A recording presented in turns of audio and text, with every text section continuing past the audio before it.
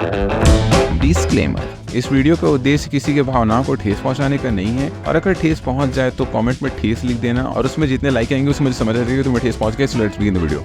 Recently बिना कुछ बोले ही विवाद हो गया, जिसका केंद्र बनी जय किशोरी जी, और इसका विषय था उनका प्यारा सा कस्टम मेड हैंडबैग। लोगों ने कहा ये खुद हिंदू होके क्रिश्चियन डियोर का बैग क्यों यूज कर रही है। सॉरी, क्या सॉरी? लोगों ने कहा जब ये खुद कथावाचक होकर धार्मिक ज्ञान संसार को देते हुए कहती है संसारिक मोह माया से दूर रहो, धन संचय मत करो, तो वो खुद क्यों 2 लाख का बैग यूज करती है, गुची का शॉल ओढ़ती है, डिजाइनर कपड़े पहनती है, एरोप्लेन में घूमती है, जी वैगन में चलती है। कुछ लोगों ने तो ये भी कहा कि एक सनातनी होकर वो काफ लेदर से बने सामान का यूज क्यों कर रही है। तुम्हें पता है हाइड्रोजन के 2 आइसोटोप ड्यूटेरियम और ट्रिटियम के बीच जब फ्यूजन रिएक्शन होता है तो वो immense amount of energy release करता है। यही रिएक्शन सन के कोर में भी होता है, इसलिए इस रिएक्शन को ह्यूमैनिटी का सबसे powerful and deadliest physical reaction कहा जा सकता है। सिर्फ तभी तक जब तक गेम में एक और फिजिकल रिएक्शन की एंट्री नहीं हो जाती। पैसा और धर्म, ये कॉम्बो जितना बसड़ क्रिएट कर सकता है, जितना एनर्जी रिलीज कर सकता है, जितनी तबाही मचा सकता है, मुझे नहीं लगता फ्यूजन कभी इसको बीट कर भी पाएगा। क्योंकि मोटा मोटी हर धर्म मटेरियलिज्म को भला बुरा कहता है और मटेरियलिज्म तक पहुंचाने का काम करता है पैसा। पर ये तो सिर्फ बातें हैं, और बातों को क्या है, क्योंकि रिलीजन को लोगों में जिंदा रखने के लिए और इसका इम्पोर्टेंस उनको समझाने के लिए पैसा चाहिए। इसलिए हर मंदिर, मस्जिद, चर्च और जो भी इस लिस्ट में आ सकता है उनको ग्रांट्स मिलते हैं अमीरों से, और चंदा या फिर पैसे मिलते हैं उनके भक्तों से टू फंक्शन प्रॉपरली। और ये अभी से नहीं हो रहा है, बहुत पहले से ऐसा होते आ रहा है। कैपिटलिज्म ने ये लाइन इतनी पतली कर दी कि वो इलेक्ट्रॉन माइक्रोस्कोप से भी नहीं दिख सकती। सो इन अ सेंस तुम कह सकते हो कि रिलीजन को अपने एग्जिस्टेंस बचाए रखने के लिए पैसे चाहिए। पर क्या ये गलत है?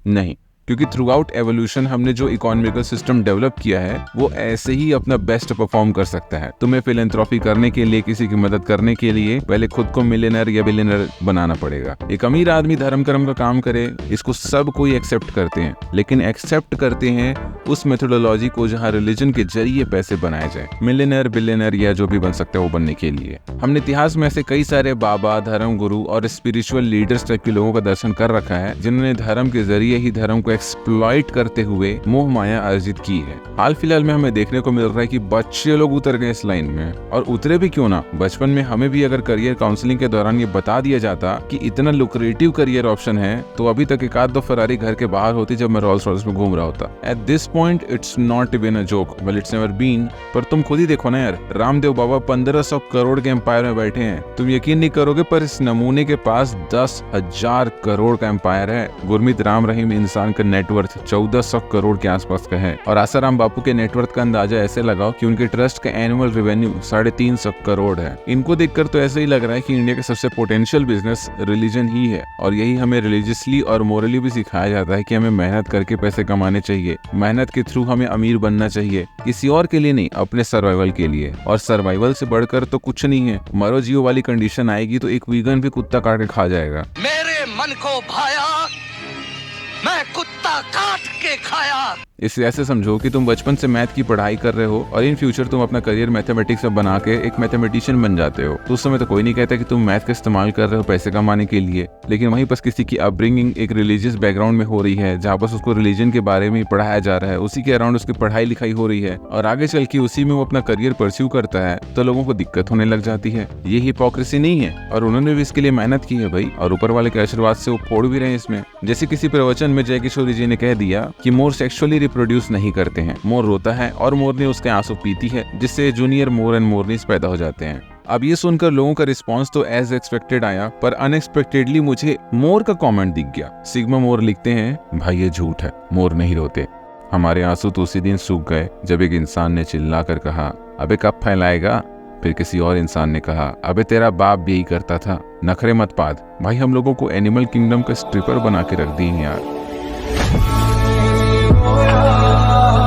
हम मोर का दुख तो नहीं समझ सकते, लेकिन जय किशोरी जी ने जरूर कोशिश की लोगों को समझाने की कि उनके ऊपर लगे हुए इल्जाम किस प्रकार बेबुनियाद व गलत हैं। वो कहती हैं कि उन्होंने कभी भी लोगों को मोह माया त्यागने की बात नहीं कही है, और ना ही वो खुद ऐसा करेंगी, क्योंकि उन्होंने खुद कभी ऐसा नहीं किया। And this bag oh it's custom made, मैंने डियोर से मंगवाया था, मेरा नाम भी लिखा है, see, and it's not leather, it's fabric, and I don't even like leathers, it doesn't go with my personality, you know. सही बात है यार, कोई क्यों ही त्यागना चाहेगा मोह माया। हर कोई गांधी थोड़ी होता है जो समाज सेवा करने के लिए कपड़े उतार दे अपने। और वैसे भी किसी ने गांधी को गांधी बनने के लिए नहीं कहा था, उन्होंने खुद अपने मन मर्जी से अपने सुख सुविधाएं त्यागी थी। वैसे ही अगर कोई धर्म कर्म की बातें करता है, आपको ज्ञान बताता है और खुद उन बातों पर वो अमल नहीं करता है, तो आप उसे हिपोक्रेट तो कह सकते हैं, जो कि हम सब हैं, क्योंकि हर इंसान कभी न कभी दोगलापंथी शो करता ही है। और इसमें गलत क्या है? वेट अ सेक, सही गलत क्या है?